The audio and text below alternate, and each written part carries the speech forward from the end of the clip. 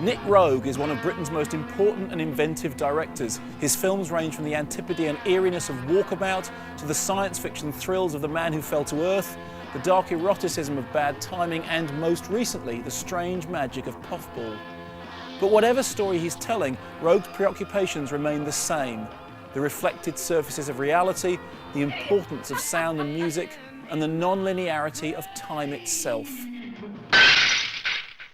All these traits are distilled in the perfect microcosm of Roeg's work, the opening movement of his 1973 classic, Don't Look Now.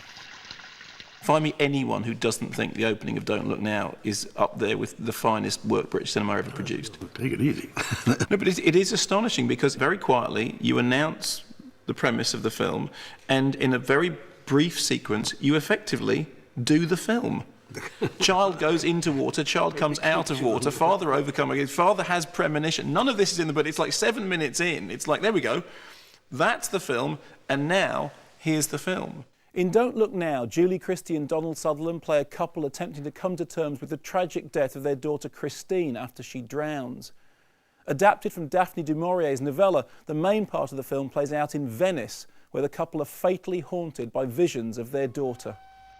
We have today and yesterday, and suddenly something happens that they hadn't planned on doing tomorrow. Twitch, and life changed completely.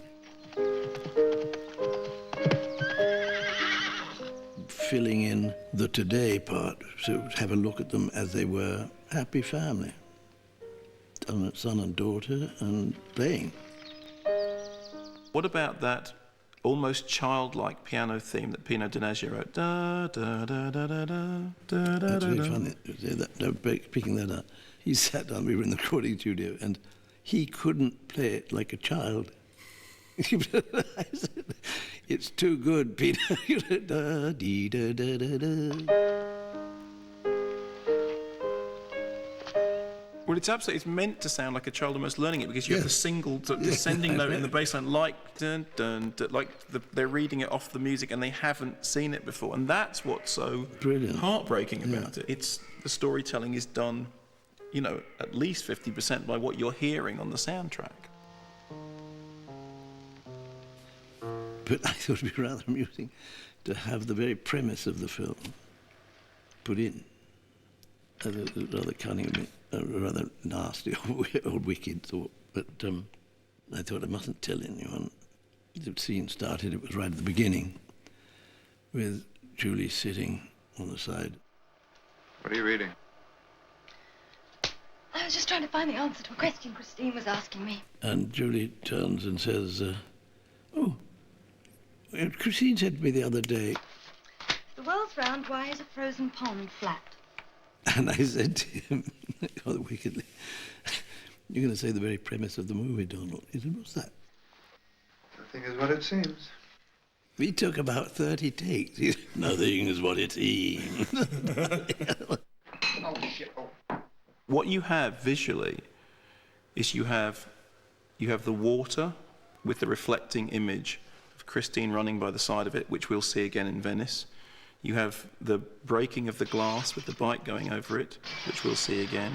You have the premonition of the father with the, what appears to be the bloodstain coming down on the slide. Like the whole film is contained in that opening sequence. It's all connected, isn't it? All alive, everything. That I think that is something that you can't.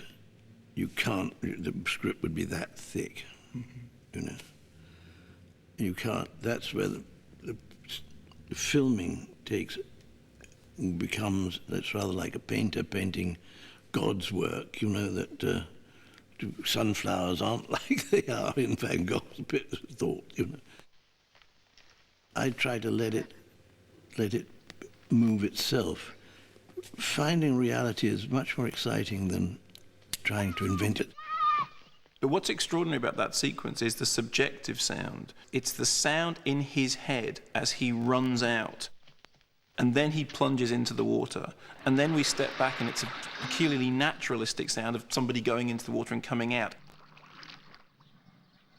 I thought of it trying more emotionally, for myself. I mean, that when one's working in the cutting room, I think this needs more than just a scream. It needs something, might be a noise that could be connected to the supernatural of some kind. He comes out in slow motion and suddenly we're into this deep string pattern. It's what we're hearing is the sound in his head. Yeah. I think sound is something to be tremendously explored. We tend to believe in the familiar. We tend to say that's the definite. Mm-hmm. And of course that's where we run into serious trouble. Time definitely has a linear sense to it, yeah. but I don't believe it. I believe it's lateral.